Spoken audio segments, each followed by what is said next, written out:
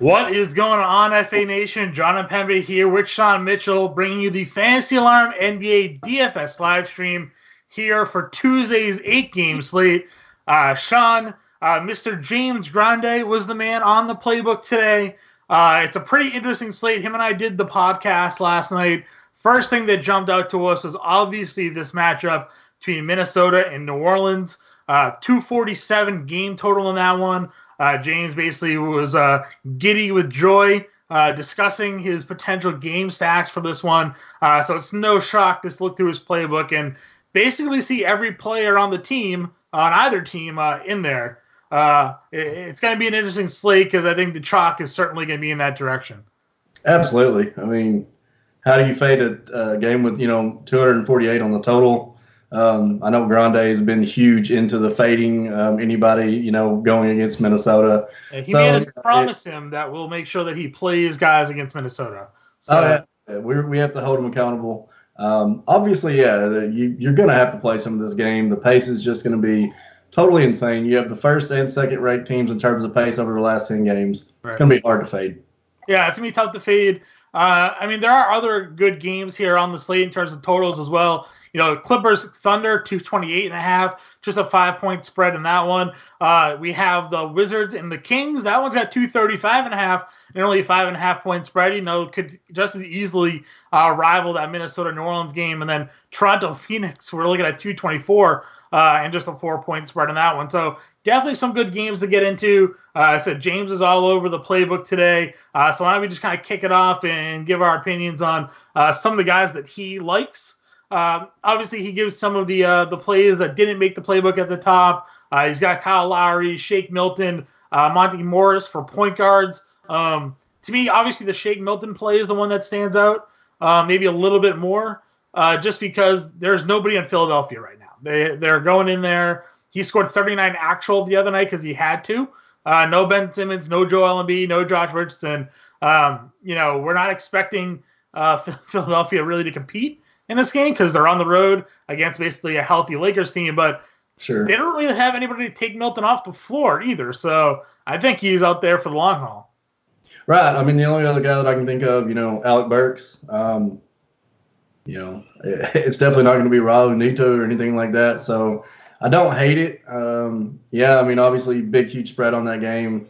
Not what you like to see, but, for the price, I know his price is up, especially after that last game where he just absolutely balled out.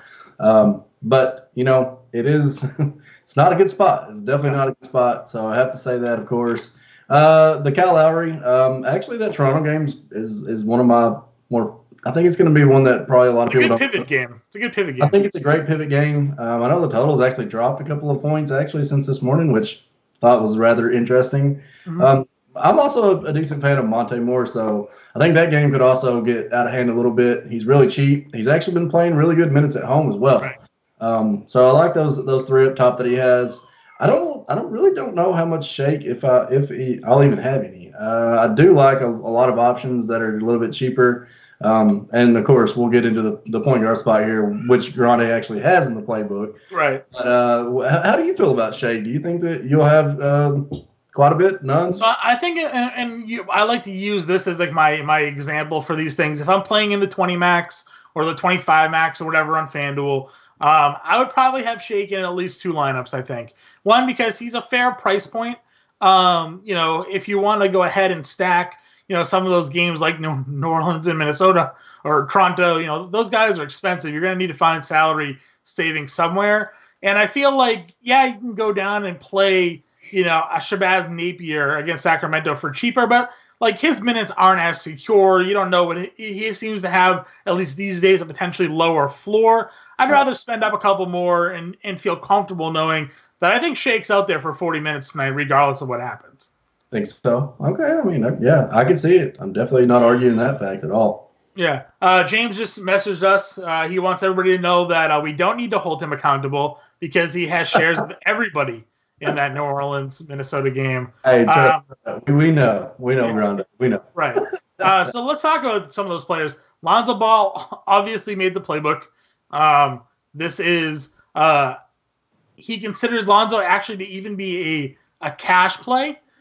which, is surprising. I haven't always considered Lonzo to be a cash type player, but this is Minnesota. This is a high game total, and he's been very consistent lately. What's your take on Lonzo compared to sort of the other higher price point guards on today's slate? I like Lonzo. I think that he's got the three right there in that mid tier that I kind of liked myself earlier today. Lonzo, of course, 42 and 50 fantasy points over his last 2 games. Of course, one was against the Lakers. Right. Kind of a little bit of revenge narrative there if you want to go that way. But yeah, he's been playing good. He's been playing around 33 minutes a game. Really got to love the spot here for him at home against Minnesota, who's been pretty bad over, You're getting D'Angelo Russell defense here. We know it's not that great. I like the guy at top, though, De'Aaron Fox. I think he makes a rather good point. He's really cheap. He's at home where he's done a lot of damage, done some of his best work. And Washington, of course, as he mentioned, is giving up the 4th most fantasy points to the opposing point guards on the season. So it's a great spot there. One of the ones that I really like that I don't think a lot of people are going to be on, and you can kind of see that indicative by the projections, is Spencer Dinwiddie. Mm-hmm. He's actually balled out the last couple of games. Yeah. He's had some really good games, 49 in back-to-back games. Been playing really well. Karis LeVert kind of cooled off and kind of went back to Spencer Dinwiddie was before Karis starting for Kyrie Irving. If I had to rank it, though, I might put Spencer Dinwiddie because I'm a GPP guy. We all know that, right?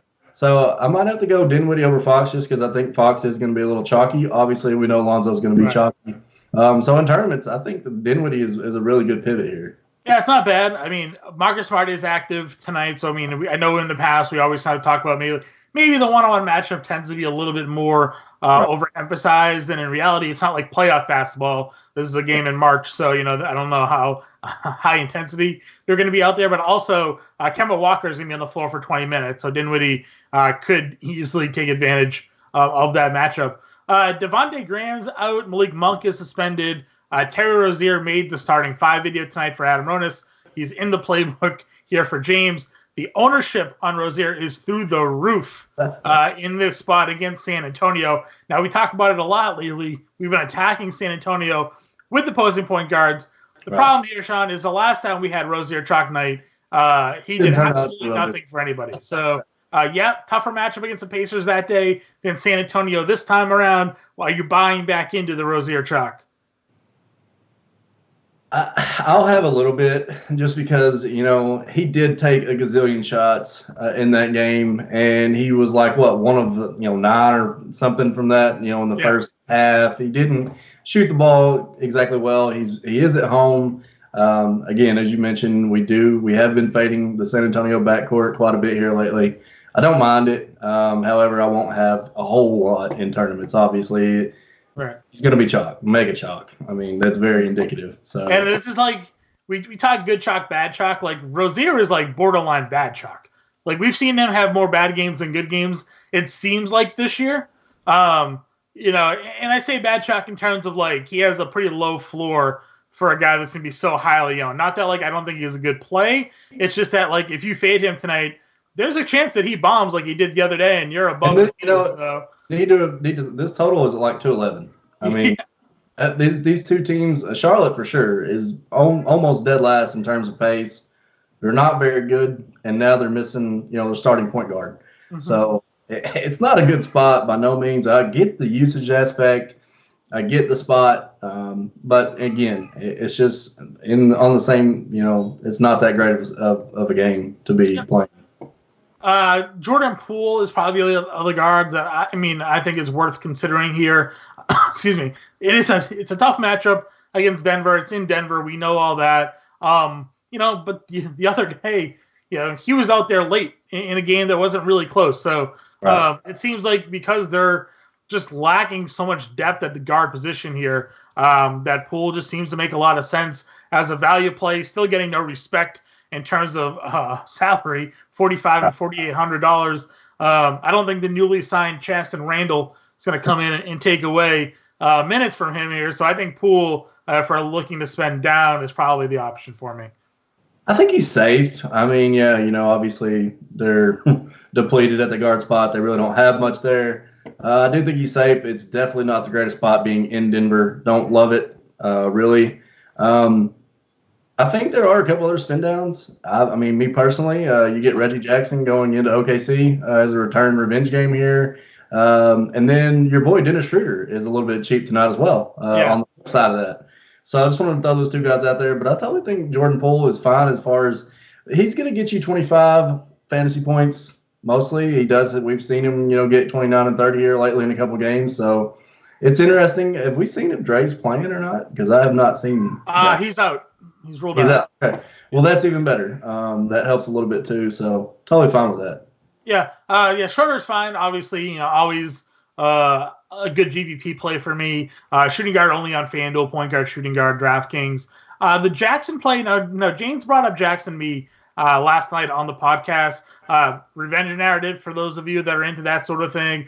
It's more so been the minutes lately. Like he's still not playing a ton of minutes. He's been very productive in his current role. I think because teams are just focusing on George and focusing on Leonard, and it's allowed him to sort of get those numbers. So for GPPs, if you're looking for a cheap dart, I think there's some potential upside there. I won't disagree too much with you there on that one.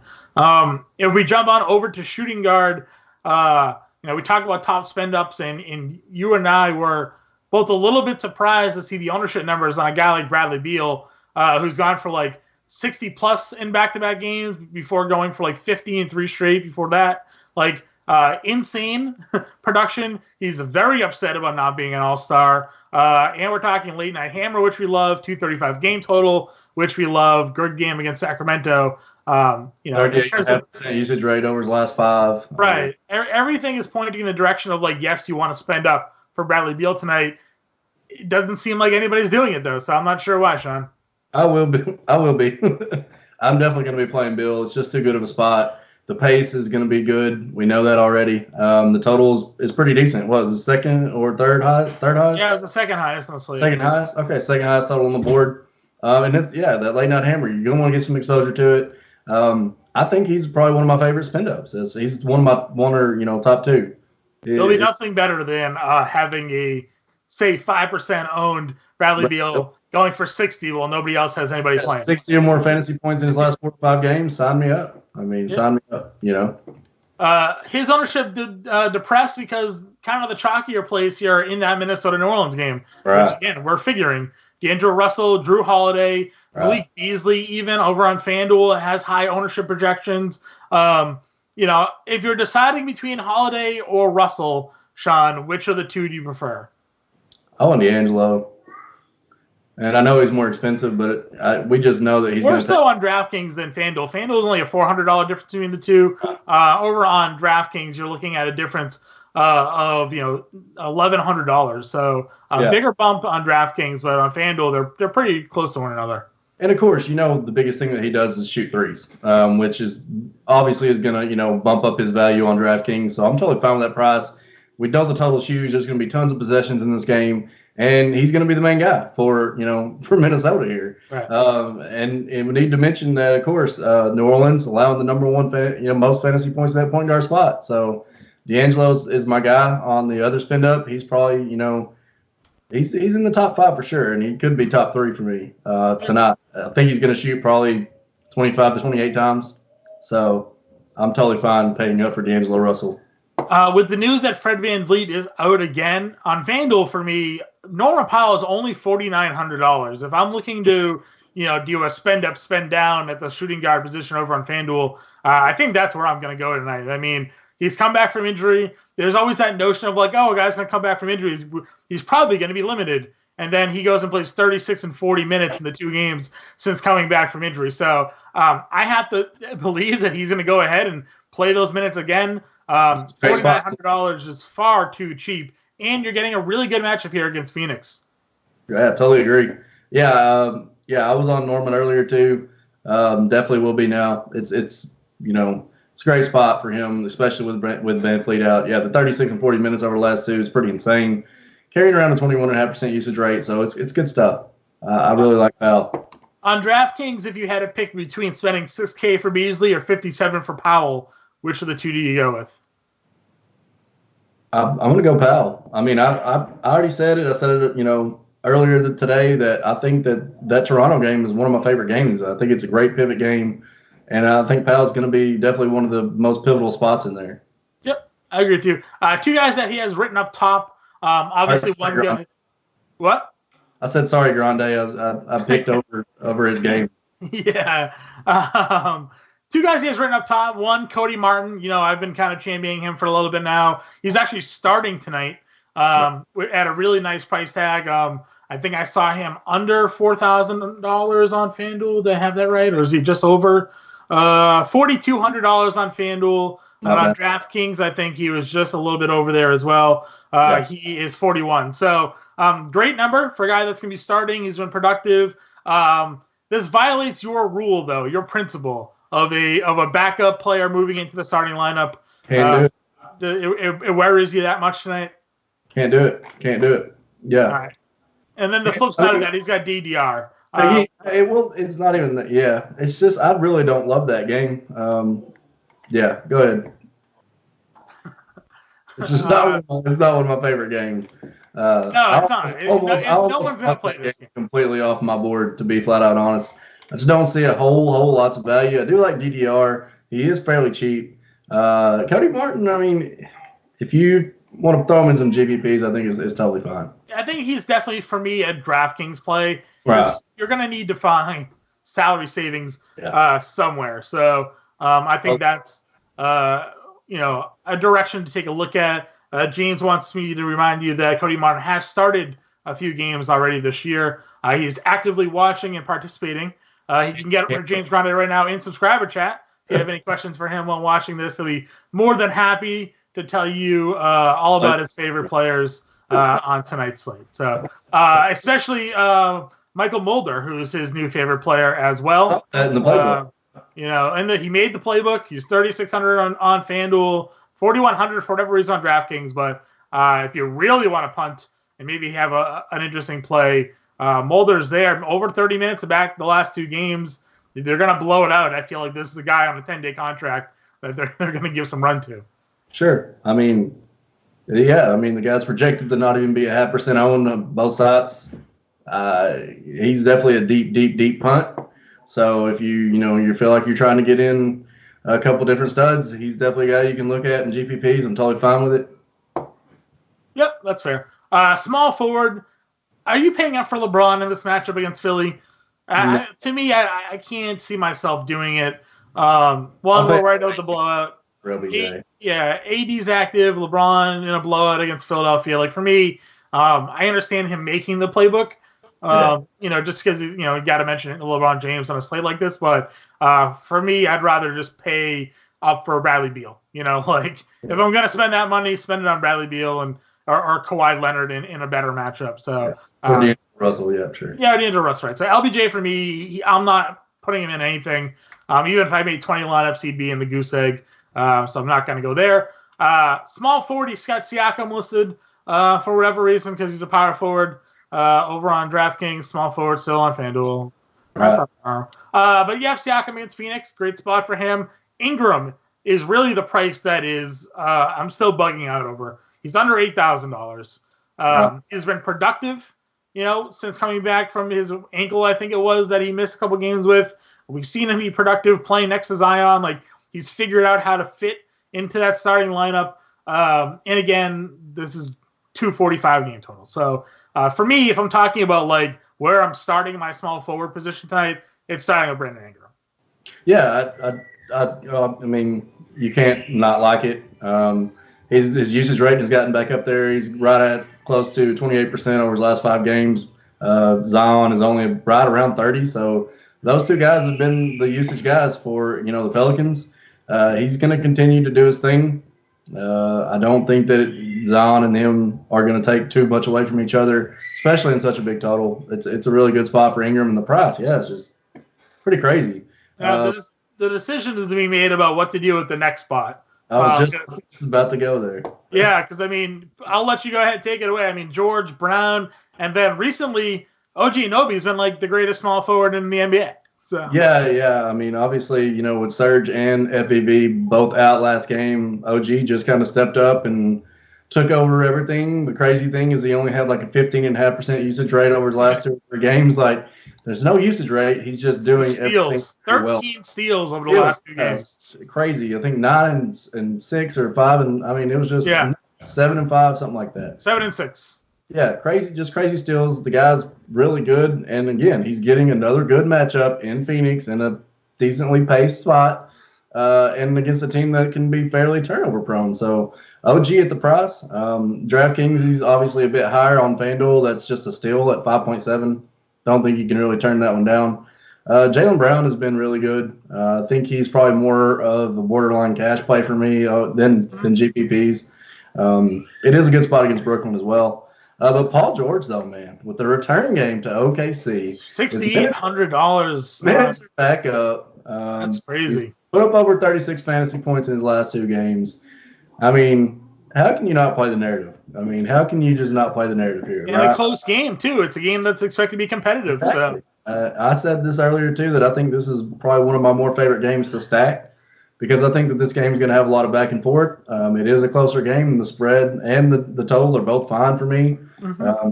It's, like a 2-point game, and you're looking at close to a 230 total. So I think Paul George is definitely a nice pivot from Ingram. I think he is the pivot from Ingram if you're going to go there. I agree. I mean, like I said, it was I saw his price tag on the podcast last night, and I gasped. I was like, he's under $7,000. This is still Paul George, ladies and gentlemen. Before the All-Star break or whatever it was when he got hurt, he was giving you mid-40s fantasy production. So to give him at under 7K, it's here's 6x value. You think you enjoy the day, return. So I agree. He doesn't have Gordon Hayward listed. He's only $6,000 on FanDuel. What's your opinion? Obviously, you said you like Jaylen Brown, but with no Jason Tatum and a limited Kemba Walker, what are your feelings here on Hayward? I really like Hayward. I think Hayward is good in GPPs too. His price is fair. 38, 51, 47, 44 fantasy points over his last 4 or 5 at home. So I think it's definitely a good. I really like Gordon Hayward, especially with Tatum out because he's gonna probably naturally play a little bit more of the 3 and the 4. So I can see him at both spots, and I think that's a great spot because we know that Brooklyn is not exactly the greatest against bigs. So I think if he could, got a chance to play a little bit more forward too, it'd be really good. I really like Gordon Hayward at his price. Getting an update from James that he inceptioned the Hayward breakdown in the Jaylen Brown write-up. So he's in there. He's in there. I don't read what James writes. He does. Yeah, I see that. I have interest. I barely listen to what he has to say. So never mind read what he writes. You should have listed him, Grande. You should have listed him. Yeah, should have, right? Exactly. Put it in my face. I'll read what's on the card. That's what I'll do. Hernan Gomez, kind of been going back and forth on him at times since his trade, but he's back on the way up. Thoughts here? Again, just cheaper option to get exposure to this game. Yeah. I don't know. I really don't like it as much. I think he's gonna have to deal with Zion, and that's just not a matchup that I really want to mess with. And I know that he's even talking about Zion's defense and shot blocking in the playbook here, but I don't really want to deal with that beast right now. So I'm probably going to fade that one. I just wanted to point out that he does not have Tobias Harris either. Does he just? I mean, he's got Toby at the top. He does at the top. Okay. Yeah. That's right. He's got Toby for FanDuel only play. Yeah, and that's Miles Bridges as a DK only play. Okay, yeah, I missed the top there on the small forward. I saw the point guard, shooting guards, and didn't look at that. So interesting. Okay, yeah, Juancho, I just don't think I'm going to have to go there. I think there's enough value. I do like Miles Bridges, by the way. San Antonio's allowing the most fantasy points over the last 10 games to that small forward spot. I love Miles Bridges. I know you're a Bridges truther too. So. Definitely, he's actually in a lot of my lineups. I probably am overweight. It's a good price point for him. He just fits. It's great. 4.5 on DraftKings. Totally in love with that as well. I'm a big fan of Bridges. Yep. Power forward. We have Kauai here at higher ownership over on FanDuel. Not much ownership over on DraftKings. He's a guy that can go for 60 plus fantasy points. So you're getting him at a discount because Paul George exists. if Paul George was off the slate, he'd probably be over 10K. So Sure. I think he fits in perfectly in those game stacks like you're talking about going in that OKC Clippers matchup. Yeah, I mean, and like you mentioned, he's like totally virtually unowned at the moment. I don't think a lot of people are going to go there because of his price, especially on DraftKings. I just feel like everybody's going to go down to Zion, or I mean, it's just such an easier spin down to go to Zion. The game total, the pace, everything just screams pay down for Zion instead. Right. I personally will have some Kauai, probably a little bit more than I will have Zion, to be flat out honest. That's probably, like I said, that's going to round out probably my top spin ups. Really like Kauai, really like Beal, I really like DAR. So Kauai over Zion for me. I will have Zion, obviously. Gonna have to have some. I mean, he's projected for 50% ownership on DraftKings. So right. I mean, he's gonna be owned. I mean, there's a big difference between 50% of Zion and 50% of Terry Rozier. So. Of course, and he actually does write this up in the write-up, and I mentioned it a lot to, the live stream podcast. My biggest issue with Zion is he gives you points, he'll give you rebounds, and he really struggles to give you anything else. On FanDuel the other day, he had 35 actual, 37 FanDuel points. So, because he had 5 turnovers. So he's not giving you steals, he's not giving you blocks, and he's really not giving you any assists. So, it is Minnesota. He went for 35 actual the other day. He could go for 50 actual tonight. It's Minnesota. It's very possible, but I just wish he would give me something else to, boost up that production. Yeah, exactly. And that's a great point. I mean, the counting stats have just not been there for him. The guy's absolutely fun to watch and love watching him. And it's why we, for a long time there, all we said was that we would play him in cash. And I still feel that way almost. I mean, I still feel like he's just not giving you the value that you need. He's just not giving you the upside that you need for GPPs. So, still there. I'm still there. I haven't left that spot yet.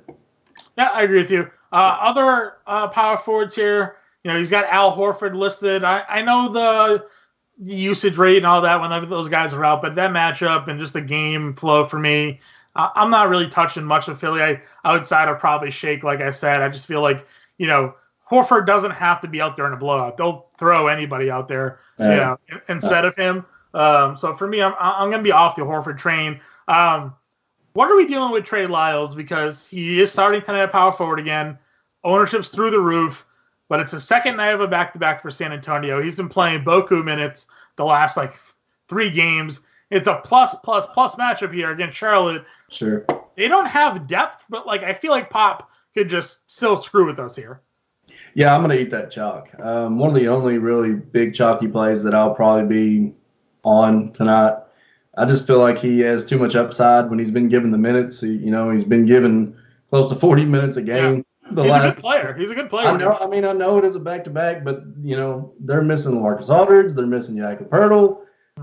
They were, starting Drew Eubanks at the 5. They starting tonight again, Eubanks. So. They don't have depth. They really don't. So I'm totally fine eating that at that price. I still think he's going to play a lot of the game. And, if he can go back out and give me another 40 fantasy points at 5.2, 5.4K, I don't really care what his percentage is. Yeah, I hear you. Other power forwards that he has listed, I think we can X out the Kyle Kuzma because the AD's going to play. But he's talking about Kuzma in a sense that if this game gets blown out, Kuzma's going to get the run. Would you throw a dart of Kuzma out there? If we're believing that blowout ends up happening, that he just gets the run?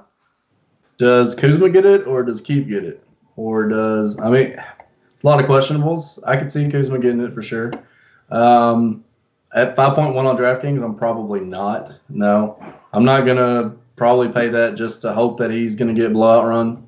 So likely going to be a fade. Just not even worry about it. Okay. The next guy, though, Michael Porter Jr., maybe. Yeah, because I do see that he could get run in a blowout. Mm-hmm. And there's really not anybody behind him, especially if Paul Millsap sits. I don't know if we've gotten that news yet. I haven't seen it. I saw him still as questionable the last. So I saw. So because it's a later game, we probably won't know till after lock. Best case for that is, of course, Grant starts, then Denver starts to blow out Golden State, like we know. because it's a 16-point spread. Right. And we get more Michael Porter Jr., and he's virtually looking to be unowned at the moment, which is, I like that quite a bit for GPPs because he just played 19 minutes and put up almost 26 fantasy points. So we know the guy has upside. He's really cheap. I like it for tournaments. He doesn't have Erik Pascal written up. It is obviously Denver, but what are your thoughts on Pascal with no Draymond? The guy's been playing really well. He's been over 30 fantasy points his last 3 straight. Been playing close to 30 minutes a game. I have no problem with Erik Pascal. Again, another team that doesn't have a lot of depth. They don't really have a lot of depth in that front court. So right.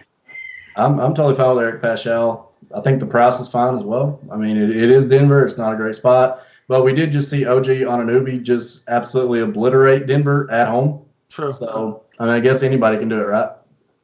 Yeah, that's fair. All right, center, to me, there aren't a ton of options. Ayton, cover of the starting 5, so no secret that he's in there. Ibaka is doubtful to play, which means they're going to go Rondae Hollis-Jefferson again, a Chris Boucher. This is just like the ultimate spot for DeAndre Ayton, in my opinion. Home Absolutely. In this matchup, like he's going to smash. Yeah, I mean, and, you think about it, Jokic just went for 76 fantasy points against Toronto when they didn't have Serge. So just think about what Ayton can do to him at home tonight. Yeah, it's a great spot. His price is fair. Totally a fan. Yep, I agree. Other guys that he has listed, Steven Adams against the Clippers. We've been attacking the Clippers at center all season long, averaging 42 DraftKings points in 2 games against the Clippers this year. Good price tag right in that middle of the 6K. Yeah, mid 6K price tag. I thought he was going to be chalky, to be flat out honest. I'm kind of surprised by seeing his projection. Yeah, I mean, I think our producer Matt Sells, if he can check to see if an updated ownership has come in, maybe some things have changed since the latest updates have come. Yeah, I definitely want to check in on that. Yeah, and we'll see if maybe anything got adjusted there or not. I have a bit of Steve Adams. What was that, Matt? Sorry. No update yet. So I have to assume a second ownership update could be coming in, but I agree. Given where everybody else is looking to spend up on this slate, it feels like a mid-tier center could be a popular play. We don't have high ownership projection really on any of the centers, so that's kind of interesting. I wonder, at least in the playbook, I'm curious if now that Biyombo's out, your boy, the Big Mac, if Cody Zeller gets some more run there, or if Cody Zeller's what, 3.5? I mean, yeah, right. I'll say I pivoted a lot of my Biyombo shares went to Zeller. I mean, he's just an easy pivot. It was in that price range, and it also give you a little bit of salary to kind of upgrade if you want to upgrade anything else. So right. On DraftKings, a lot of those guys are power forward center eligible. So right. People will just be double stacking, I think, power forwards over there. Daniel Tice is listed as a center because that's where he plays on DraftKings, but on FanDuel he's actually a power forward. Of course. Centers against Brooklyn is a thing though. So sure. Tice, excuse me, surprisingly 15% ownership or 14% ownership over on DraftKings, I think is a little bit surprising to me. Yeah, I don't understand the disconnect there from FanDuel to the DraftKings projections, but I mean, that kind of makes me a little bit more worried about playing him on DraftKings, that he's going to be a little bit more chalkier than I thought. Right. Honestly, didn't feel like he would have kind of any ownership, being his spots kind of laid out. Tatum being out just kind of, again, opens up some usage and rebounding's at the minimum. Yeah. I totally agree. Any final thoughts here on this slate before we wrap it up? It is 6:36, so closing in on roster lock. I'm good, man. I think we covered everything. I think it was a good one. I agree. Get us in subscriber chat as we take you to roster lock. Any news breaks, excuse me, we will have it for you. For now, good luck, and we'll talk to you later. Good luck.